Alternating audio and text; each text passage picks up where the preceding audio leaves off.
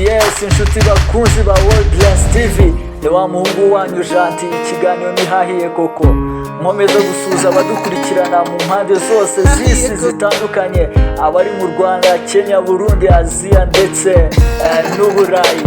Nkomeza kukwibutsa ko niba utarakora subscribe, like, share, comment, ubikore kugira ngo tujye tubana 5 kuri 5. Ikiganiro ni hahiye koko hamwe na Janti. Reka rero tubagezeho amwe mu makuru agezweho. Umuhanzi Marina yasohoye indirimbo ari kumwe n'umuhanzi Social Mura, indirimbo bise Ndabazi. Iyi ndirimbo igaruka cyane ku buranga bw'umukobwa ndetse n'ubuhangange bw'umuhungu bishobora gutuma abandi bamugutwara. Marina yagize ati abakobwa ndabazi nta n'umwe utakwifuza. Arongera ati Queen Chana Kate ndabazi bakwifuza. Social Mura nawe ati abasore ndabazi nta n'umwe utakwifuza. Arongera ati Junior na Kabosi ndabazi bakwifuza.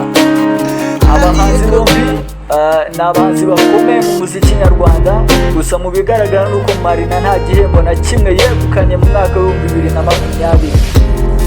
Nuko bishimangirwa na manager wa The Man Gahunzire Aristide mu kiganiro yagiranye n'inyarwanda.com. Yagize ati twe ntidukorera ibihembo, abafana barabizi ko Marina ari we wa mbere mu Rwanda, ariko ibihembo byo ababitanga babiha abo bashaka. Indirimbo Ndabazi yakozwe na producer Nox Beats, ukaba wayisanga kuri YouTube ya The Man.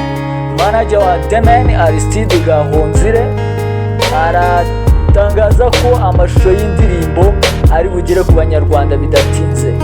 Ngaye nguko tubashimire ko mudahwema kutuba hafi. Niba utarakora subscribe, like, share na comment, bikore kugira ngo tujye tubana 5 kuri 5. Yari umuhungu wanyu Janti. Ikiganiro ni hahiye koko.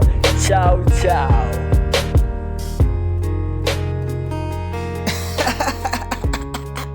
Hahiye koko.